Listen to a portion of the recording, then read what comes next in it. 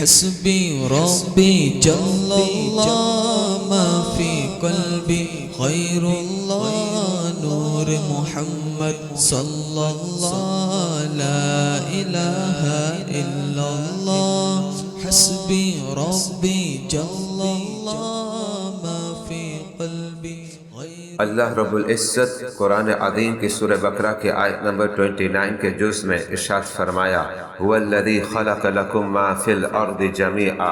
यानी वही तो है जिसने पैदा किया तुम्हारे लिए जो कुछ ज़मीन में है सब का सब। मज़कूरा आयत करीमा में अल्लाह रब्बुल इज़्ज़त ने इंसान के शर्फ़ और उसकी अज़मत को बयान फरमाया कि ज़मीन और उसके शिकम में पिन्हा बेपाया और बेशकीमत खजीने ले लहाते हुए खेत और रसीले व रंगीले फलों से लदे हुए सरसब बागात, ऊंचे पहाड़ और गहरे दरिया, रंग बरंग परिंदे और तरह तरह के चौपाए, ये सब कुछ इंसान की खिदमत गुजारी के लिए पैदा किए गए हैं। इंसान को चाहिए कि हर जायज़ चीज़ को अपने तसर्रुफ में लाकर उससे फ़ायदा उठाए और अपनी खिदमतगारी ले, लेकिन राय हक से भटके हुए इंसान की पस्ती का क्या कहना कि उसने मखदूम होने के बावजूद अपने चाकरों को अपना मतलूब बनाया, बल्कि बाद ने तो उन्हें खुदाई के तख्त पर बिठा दिया और उनको अपना मखदूम और मुता बनाकर उनके सामने सजदा रेद हो गए। गौर तो करे, क्या इससे बढ़कर भी किसी बेइंसाफी का तसव्वुर हो सकता है।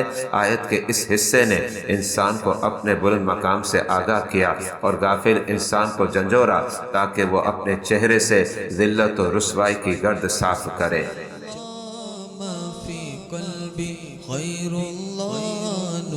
محمد صلى الله لا إله